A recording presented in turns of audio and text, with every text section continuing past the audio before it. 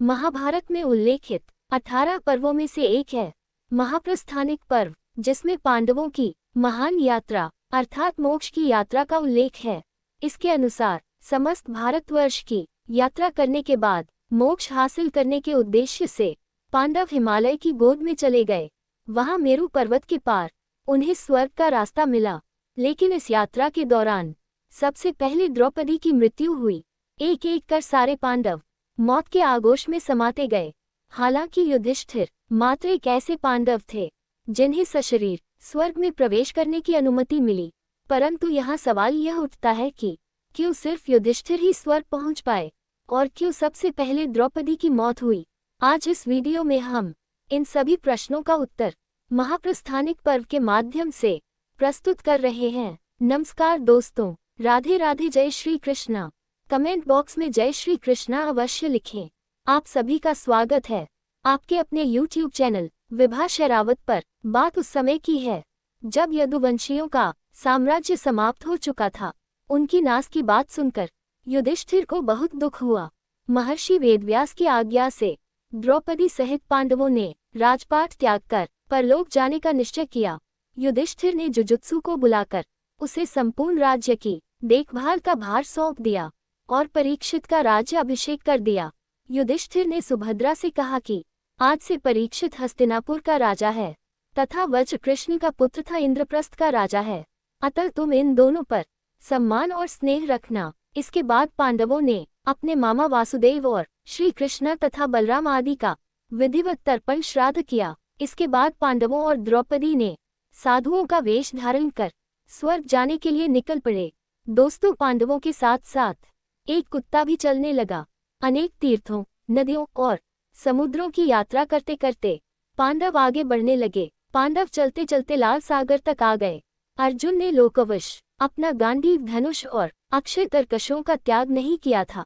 तभी वहां अग्निदेव उपस्थित हुए और उन्होंने अर्जुन से गांडीव धनुष और अक्षय तरकशों का त्याग करने के लिए कहा। अर्जुन ने ऐसा ही किया।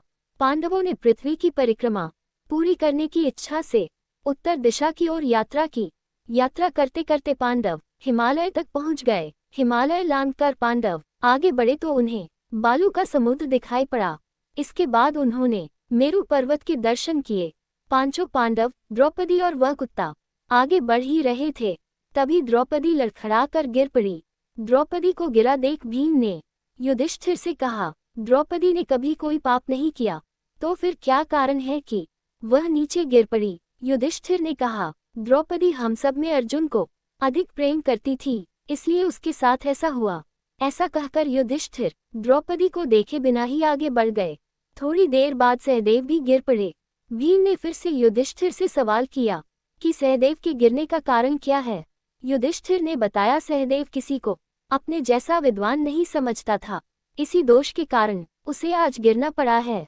कुछ देर बाद नकुल भी गिर पड़े। भीम के पूछने पर युधिष्ठिर ने बताया, नकुल को अपने रूप पर बहुत अभिमान था, इसलिए आज इसकी यह गाती हुई है। थोड़ी देर बाद अर्जुन भी गिर पड़े। युधिष्ठिर ने भीमसेन को बताया कि अर्जुन को अपने पराक्रम पर अभिमान था। अर्जुन ने कहा था कि मैं एक ही दिन में शत्रुओं का नाश कर दूंगा, लेकिन ऐसा कर नहीं पाए। अपने अभिमान के कारण ही अर्जुन की आज ये हालत हुई है। ऐसा कहकर युधिष्ठिर आगे बढ़े। थोड़ा आगे चलने पर भीम भी गिर पड़े। जब भीम ने युधिष्ठिर से इसका कारण पूछा तो उन्होंने बताया, तुम खाते बहुत थे और अपने बल का झूठा प्रदर्शन करते थे, इसलिए तुम्हें आज भूमि पर गिरना पड़ रहा है। ये कहकर युधिष्ठिर आगे चल दिए। केवल वह कुत्ता ही उनके साथ चलता रहा। युधिष्ठिर कुछ ही दूर चले थे कि उन्हें स्वर्ग ले जाने के लिए स्वयं देवराज इंद्र अपना रथ लेकर आ गए। तब युधिष्ठिर ने इंद्र से कहा कि मेरे भाई द्रौपदी मार्ग में ही गिरे पड़े हैं, वे भी हमारे साथ चलेंगे, ऐसी व्यवस्था कीजिए प्रभु। तब इंद्र ने कहा, वे सभी पहले ही स्वर्ग पहुंच चुके हैं, वे शरीर त्याग कर पहुंचे हैं, आप सशरीर स्वर्ग में जाएंगे। इंद्र की बात सुनकर युधिष्ठिर ने कहा, ये कुत्ता मेरा परम भक्त है, इसलिए इसे भी मेरे साथ स्वर्ग जाने की आज्ञा दीजिए। लेकिन इंद्र ने ऐसा करने से मना कर दिया। काफी देर समझाने के बाद भी जब युधिष्ठिर बिना कुत्ते के स्वर्ग जाने के लिए नहीं माने, तो कुत्ते के रूप में यमराज अपने वास्तविक स्वरूप में आ गए।